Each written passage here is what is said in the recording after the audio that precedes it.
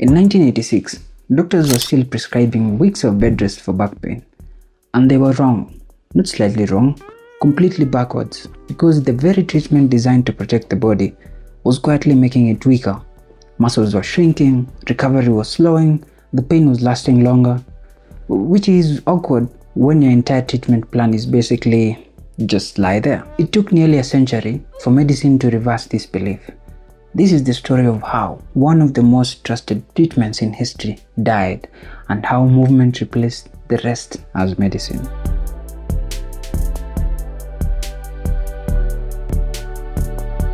To be fair, bed rest wasn't a ridiculous idea.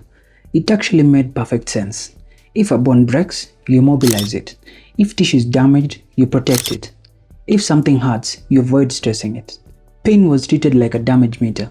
If it hurt more, it meant something was more broken.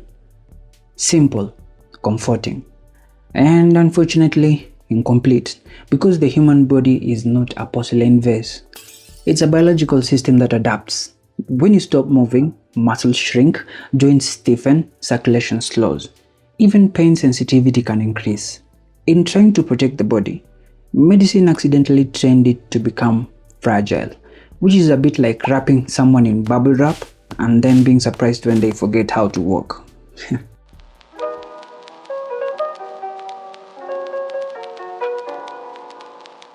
Then the world wars happened. Hospitals were suddenly filled with injured soldiers, and the luxury of telling everyone to lie in bed for 6 weeks disappeared. Doctors and early rehabilitation specialists started trying something different. Early movement, carefully, gradually, and progressively. And something surprising happened. Patients didn't fall apart, they improved. Strength returned faster. Mobility came back sooner.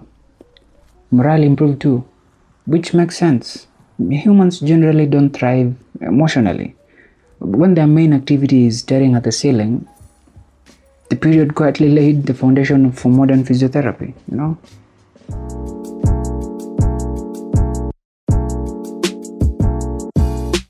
But the real turning point came when researchers began studying back pain properly.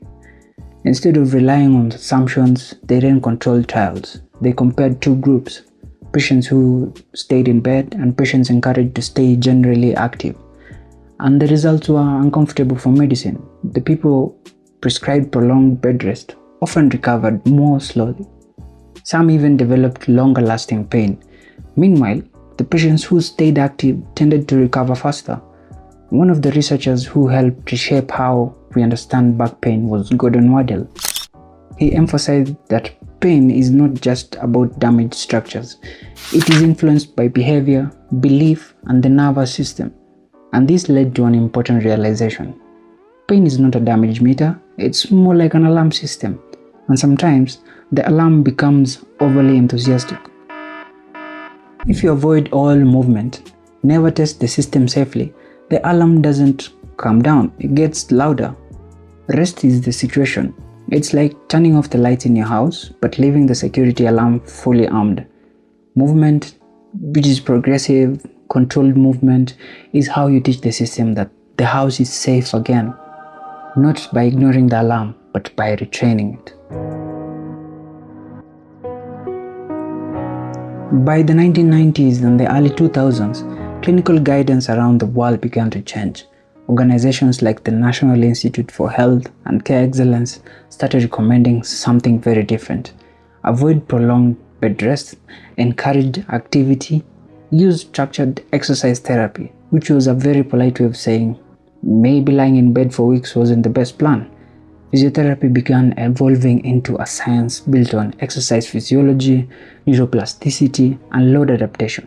Instead of asking, how do you protect the body from stress? Medicine started asking, how do we help the body adapt to stress safely? And the question changed rehabilitation forever. Today, when I tell a patient, let's start moving, it's not optimism, it's not motivation, and it's likely not me trying to ruin their Netflix plans. It's based on decades of research and on mob medicine correcting one of its own long-standing assumptions. As a physiotherapist, my job isn't to reduce just pain. It's to help the body adapt safely, because the human body doesn't get stronger by avoiding stress. It gets stronger by learning how to handle it. You don't have to fear movement, you just need the right dose.